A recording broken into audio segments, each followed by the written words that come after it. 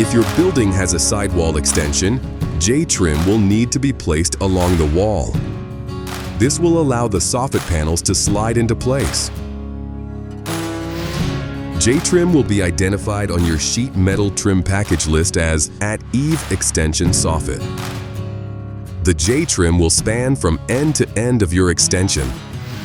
Although each piece of trim is 10 feet 2 inches long, it has a coverage of 10 feet. As you install additional pieces of trim, they should lap the previous piece by a minimum of 2 inches. Use a level and a pencil to mark your J-trim install location along your wall. This will ensure your J-trim is flush with the bottom leg of your low eave purlin. Before installing J-trim, place your outside foam closure strips along the wall panels following the marks you made earlier. These are critical for sealing out moisture and pests. Check each piece with the level as you go. When you reach the end of your sidewall, remove any excess foam closure material with a knife or razor blade.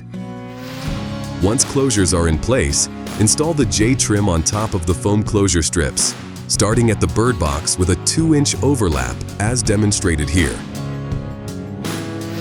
Each length of J-trim should be secured with a minimum of 3 sheet metal screws into the high rib of the wall panels.